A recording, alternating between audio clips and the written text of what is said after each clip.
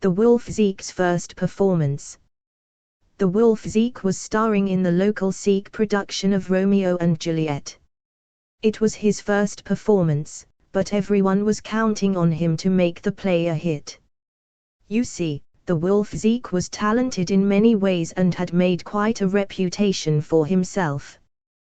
Thelma Draper, the stern director, took him backstage after every rehearsal to say, "It's up to you, Wolf Zeek, to make this play a smash." So the Wolf Zeek practiced his lines 24 hours every day for 24 days.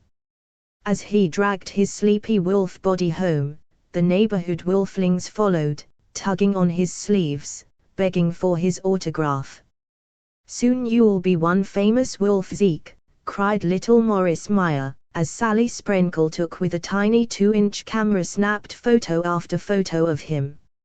Trudge, trudge, trudge. 12 miles later, the Wolf Zeek reached his extra soft ostrich feather bed, with the cloud blossom pillows, and had just begun to drink his favorite blackberry tea with lemon and honey when the phone is ringing. It was the Wolf Zeek's great aunt Zenda, once removed, calling from the Fraskens to give him some practical advice. Over 334 wolves with acting ability, Aunt Zenda was the top talent. Years ago, she had won fame and fortune through her act as a skydiver who saves a swan. "Whatever are you doing up awake and about for, Wolf Zeek?" Aunt Zenda scolded. "As an actor soon to make a smash hit, sleep should be your main concern. Every excellent actor needs at least 12 hours of sleep. Dreams too, every good actor must have 2 winning dreams a day." "Please, Aunt Zenda," sighed the Wolf Zeek wearily. "I was just this split second going to sleep." "Oh Wolf Zeek, please forgive me," interrupted Aunt Zenda earnestly. "If nothing else, I do know how the important sleep is to the budding actor about to make a smash hit." The Wolf Zeek has snoozed off and hung up the phone in his sleep. The next day, the Wolf Zeek leaped out of bed with far more whiff and winning than he'd had in his life.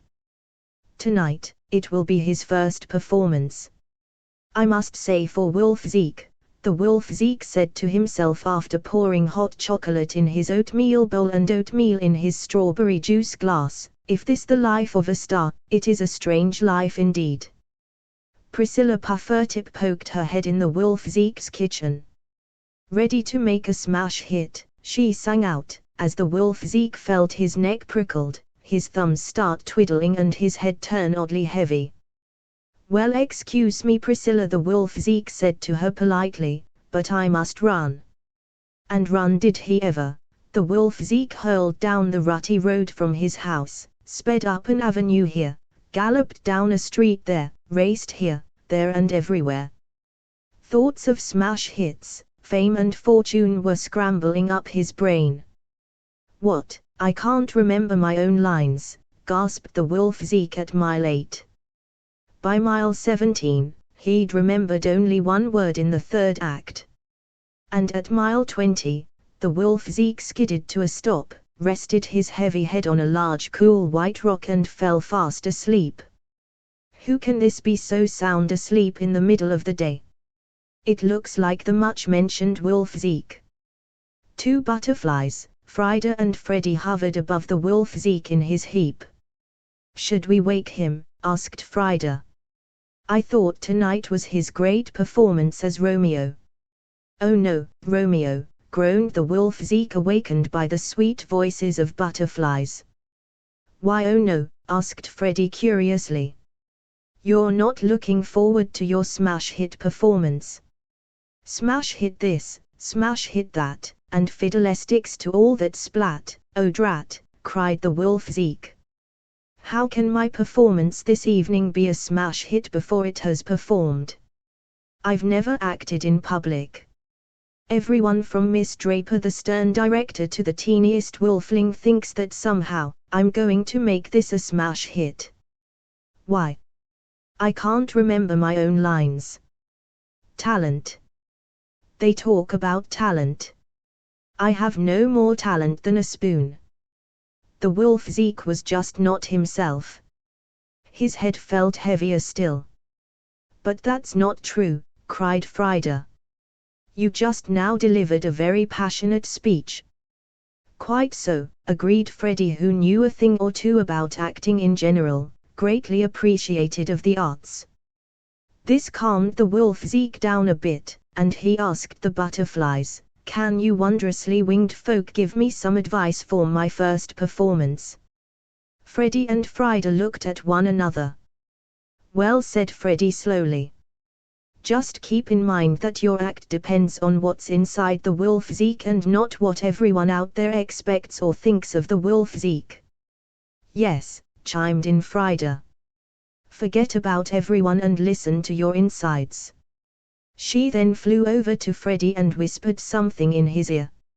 "If only I had as much wisdom as you two. You remember me of my great-grandfather Zeek," said the wolf Zeek respectfully as the three headed toward the theater. He continued, "Would you like some free tickets too?" But, before he could finish his sentence though, Frida and Freddie had flown straight into his open mouth. The wolf Zeek jumped 8 miles high and started laughing, giggling and guffawing. The butterflies tickle mightily when he swallowed. From deep within the wolf Zeek, the butterflies sang to him, "Don't worry about us, good luck in your performance, and we'll see you afterwards. You have only half an hour before you must be on stage." Thelma Draper, the stern director, pulled at his ear, rumpled his hair, and started lecturing him on Romeo. But the wolf Zeek heard none of her words. He was not himself. A crowd of wolflings hooted outside his dressing room. His friends and relatives chattered on and on about stardom. But the wolf Zeek was very far away. He was no longer the wolf Zeek. He was Romeo.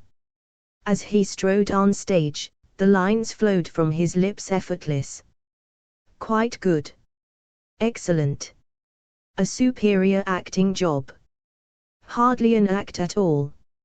Everybody was much impressed, and soon the theater was quiet, except for the voices of the actors. Suddenly, Romeo was speaking his last words.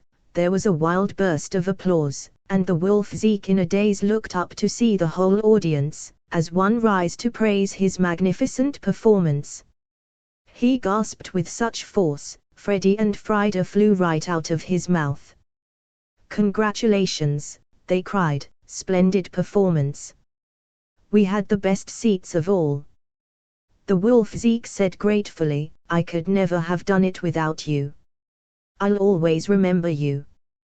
Take a bow." So the three friends bowed and bowed until the sun rose the next morning.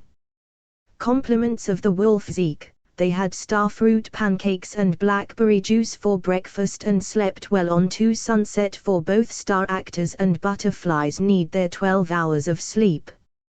And nobody would have ever guessed the wolf Zeek had butterflies in his stomach during the evening of his first performance.